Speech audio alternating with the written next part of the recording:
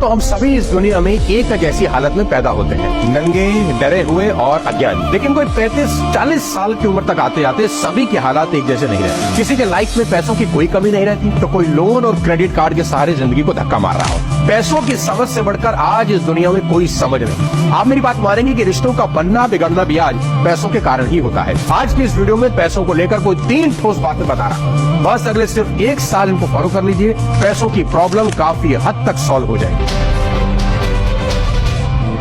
सबसे पहले money rule number 1, ध्यान से सुनिएगा।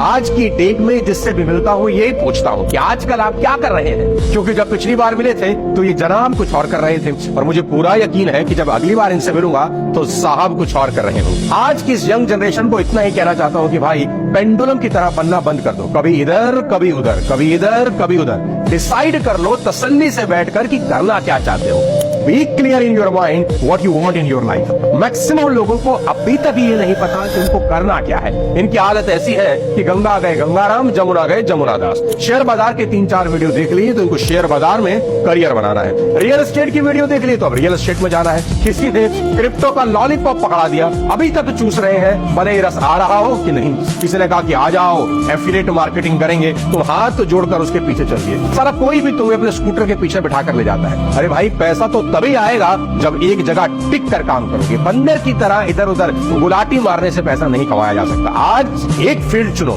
जिसमें तुम सफल होना चाहते हो, बस इतना ही कर लो और अगले 5 साल खुद को उसमें खपा दो। भगवान ने हर इंसान को एक खास प्रतिभा दी है, आप में एक यूनिक क्वालिटी जरूर है। सबसे पहले अपनी उसी क्वालिटी को पहचानिए और फिर पूरी तरह से डेडिकेटेड होकर उस पर काम शुरू कर दीजिए। अगर आपको अब तक नहीं पता कि आपकी क्वालिटी क्या है तो सबसे पहले उसका पता लगाइए कि कौन सी चीजें करना आपके लिए आसान होता है। किन चीजों को करने से लोग आपकी तारीफ करते हैं। ऐसा क्या है जिसे दिन रात बिना थके तुम कर सकते हो। अपना बताता हूँ आपको, जब मैंने अपना करियर आज से 20 साल पहले शुरू किया तो मुझे लोगों से बात करना बेहद पसंद था। उनको समझाना सिखाने में बड़ा आनंद आता था और मैं बिना थके घंटों स्टेज पर बात कर सकता था। बस मैंने उसी को अपना प्रोफेशन बना लिया। रिजल्ट आज आपके सामने है। आज बस तुम एक चीज चुनो जो तुम्हें पसंद हो और अगले 5 साल खुद को उसमें पूरी तरह झोंक दो और फिर किसी की परवाह मत करो कि कौन क्या कह रहा है। मेरा विश्वास करना, ये सीख तुम्हारे लिए पैसों का संदूक खोल। अब बात करते हैं मनी रूल नंबर 2। दोस्तों, आप जिस चीज को खरीद सकते हैं इसका मतलब ये नहीं कि आप उसे खरीद ही लेना चाहिए। किसी बेवकूफ शराबी की तरह कभी पैसे खर्च मत करिए। मैंने ये गलती शुरू में की। ये बात है कोई 2007 के आसपास की। 8-10 लाख रुपए महीना कमाना शुरू कर चुका था मैं। 1 साल के बाद इनकम टैक्स रिटर्न भरनी, तो सीए ने कहा कि बेटा आपको इतना टैक्स भरना है। तो मैंने कहा मेरे पास तो पैसे ही नहीं है। बोला आपने इतना कमाया कहाँ गया? मैंने बोला मुझे मालूम ही नहीं। और सच में मुझे मालूम नहीं था कि वो पैसा कहाँ चला गया। अनाप शनाप खर्च करता रहा मैं। मेरे सीए ने कहा आपने 3 गुना ज्यादा कमाया है और आपके पास पैसा नहीं है, अब तुम्हें और कमाना होगा ताकि टैक्स भर सको। और फिर मेरे सीए ने मेरी आंखों में झांकते हुए कहा बेटा होश में आ जाओ, मैंने तुम्हारे जैसे कितने फन्ने खाओं को फना होते हुए देखा है। तुम अपनी ही मेहनत की कमाई किसी बेवकूफ की तरह खर्च कर रहे हो और तुम्हें ही नहीं पता तुम्हारा पैसा कहाँ है। अगर ऐसे ही चलता रहा तो बेटे अपनी कब्र खुद खोद लोगे एक दिन। मेरे सीए ने उस दिन मुझे एक छोटी सी सलाह दी। उसने कहा कि एक छोटा नोटपैड जिम में रखो और अगले 30 दिन तक होने वाले एक एक खर्च को लिखो। और मैंने ऐसा ही किया। आज आपको भी यही सलाह देता हूँ। आपको नजर रखनी होगी। नजर रखो, पाई जो खर्च करते हो उस पर नजर रखो।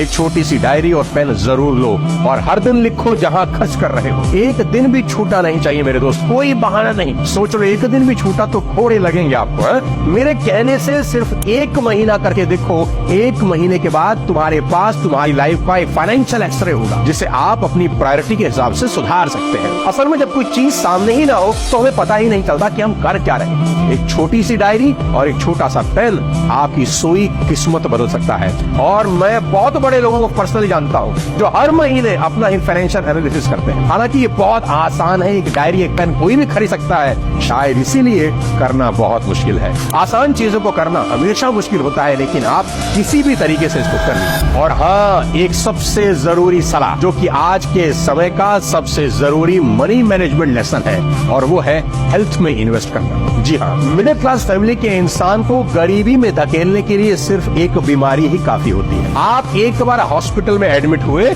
और सालों की सेविंग साफ, तो आप सबको अपना और अपने परिवार का हेल्थ इंश्योरेंस जरूर करवा लेना चाहिए। आगे चलकर एक छोटी सी लेकिन इंपॉर्टेंट इन्वेस्टमेंट जिंदगी में बहुत काम आती है। आप जिस भी एज में हो मेरे दोस्त, हेल्थ इंश्योरेंस जरूर करवाइए, नहीं तो आपकी सारी बचत एक झटके में साफ हो। समझते हैं मनी रूल नंबर 3। आपसे एक सवाल पूछता, आमदनी होने पर यानी सैलरी आने पर या प्रॉफिट होने पर सबसे पहले आप क्या करते हैं? आप बोलेंगे घर के सारे खर्च करते हैं। और क्या करते हैं? बिजली का बिल भरते हैं, बच्चों की फीस भरते हैं, राशन का खर्चा होता है, मोबाइल का बिल होता है, इंटरनेट के बिल होते हैं, क्रेडिट कार्ड का बिल और भी तमाम छोटे मोटे खर्चे। तो इसका मतलब सैलरी या प्रॉफिट होते ही आप सबसे पहले अपने महीने के सारे खर्च निपटा देते हैं। करेक्ट?